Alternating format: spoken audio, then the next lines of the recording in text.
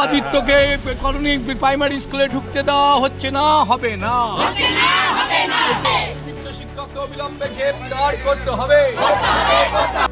দ্বিতীয় শ্রেণীর ছাত্রীকে যৌন নির্যাতনের অভিযোগ শিক্ষকের বিরুদ্ধে। ঘটনায় স্কুলের গেটে তালা মেরে বিক্ষোভ দেখালেন অভিভাবকরা। অভিযুক্ত শিক্ষকের শাস্তির দাবিতে সরব হয়েছেন। ঘটনায় ব্যাপক চাঞ্চল্য ছড়িয়েছে। গত শুক্রবার গঙ্গারামপুর শহরের একটি প্রাথমিক বিদ্যালয়ের শিক্ষক দ্বিতীয় শ্রেণীর এক ছাত্রীকে চকোলেটের প্রলোভন দেখিয়ে স্কুলের ছাদে নিয়ে গিয়ে ওই ছাত্রীকে যৌন নির্যাতন করে বলে অভিযোগ। বাড়ি ফিরলে ছাত্রীটি অসুস্থ হয়ে পড়লে পরিবারের লোকজন বিষয়টি জানতে পারেন। সোমবার পরিবারের লোকজন গঙ্গারামপুর থানায় অভিযোগ দায়ের করেন। ঘটনার পর থেকেই পলাতক অভিযুক্ত ওই স্কুল শিক্ষক। মঙ্গলবার বেলা 12টা নাগাদ অভিযুক্ত শিক্ষকের শাস্তির দাবিতে অভিভাবকরা স্কুল গেটে তালা ঝুলিয়ে বিক্ষোভ দেখায়। ঘটনার খবর পেয়ে ঘটনাস্থলে পৌঁছয় গঙ্গারামপুর থানার পুলিশ। ঘটনাস্থলে পৌঁছে পরিস্থিতি স্বাভাবিক করেন।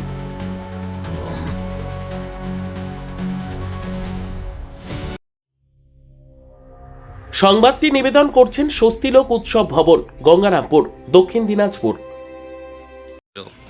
মাস্টার মশাই বাচ্চাকে রেপ করেছে।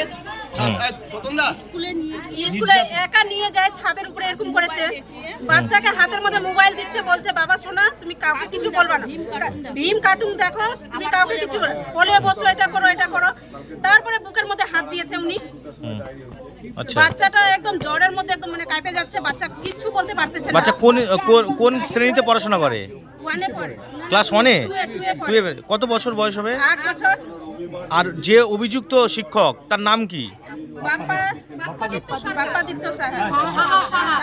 বাপ্পাদিত্য সাহা। তারপরে কিভাবে জানতে পারলেন আপনারা?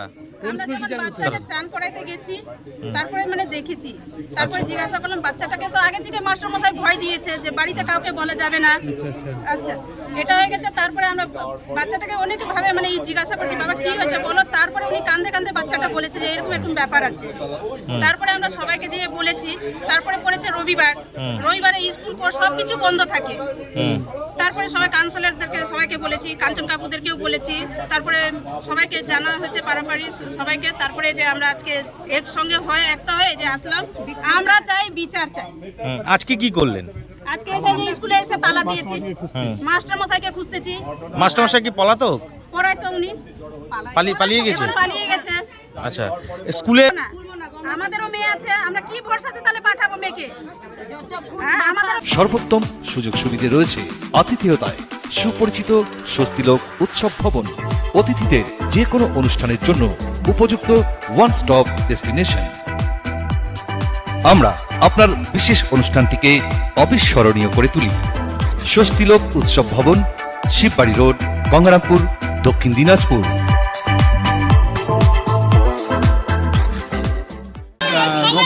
শুক্রবারের ইনসিডেন্টের কথা আমি জানতে পেরেছি। রোববার দিন বিকালবেলায় ছাত্রী বাড়ি থেকে অ্যালিগেশন নিয়ে যায় আমাদের দিদিমণি মেঘা দাসের বাড়িতে। তখনই আমাকে মেঘা দাস বলে, আমি জানার সাথে সাথে অভিযুক্ত শিক্ষকের সাথে ফোনে জিজ্ঞেস করি এবং তিনি আমাকে বলেন ডিনাই করেন। তারপরে আমি দেখলাম যে তারপরে আমি শুনতে পাই কালকে আমি ছাত্রীর বাড়িতেও গিয়েছিলাম, যা দেখলাম যা সত্যি একটা ট্রমার মধ্যে দিয়ে আছে। এবার ঘটনা হচ্ছে এবার আইনের পথে যেটা সঠিকভাবে হবে। কি শুনতে পেলেন মানে অভিযোগটা কি পরিবারের? শ্লীলতাহানি। আচ্ছা, এই অভিযোগটা এসছে হচ্ছে বাপ্পাদিত্য সাহা নামের টিচারের বিরুদ্ধে। আচ্ছা, আমি কালকে ভারবালি আমার অফিসকে জানিয়েছি যে এসআই স্যার ছিলেন, ফোনে পাওয়া যায়নি।